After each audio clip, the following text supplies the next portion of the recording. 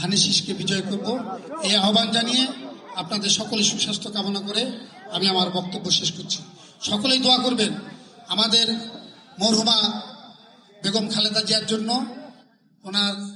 আমাদের শহীদ প্রেসিডেন্ট জিয়াউর রহমানের জন্য, আমাদের আগামী প্রধানমন্ত্রী তারেক রহমানের জন্য এবং আমাদের নীলফামারীর অহংকার ইঞ্জিনিয়ার শাহরুল ইসলাম চৌধুরী তুহিন ভাইয়ের জন্য সকলে আপনারা দোয়া করবেন। আমরাও আপনাদের জন্য দোয়া করব। সকলে ভালো থাকবেন। আসসালামু আলাইকুম।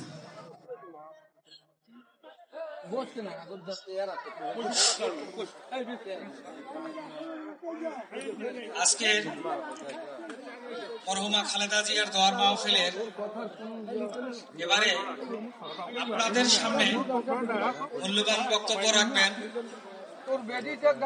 ধানের শীষের কান্ডারি। আপনারা যেটা মনে করতেছেন যে আগামীতে বিএনপি সরকার গঠন করবে, সরকার হলে দেশ পরিচালনা কে করবে? তারেক রহমান।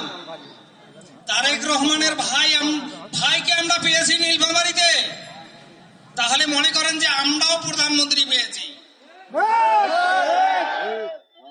এবারে আপনাদের সামনে বক্তব্য রাখবেন নীলফামারী 2 আসনের ধানের শীষের কান্ডারি জনাব ইঞ্জিনিয়ার শাহরুল ইসলাম চৌধুরী তুহিন ভাই।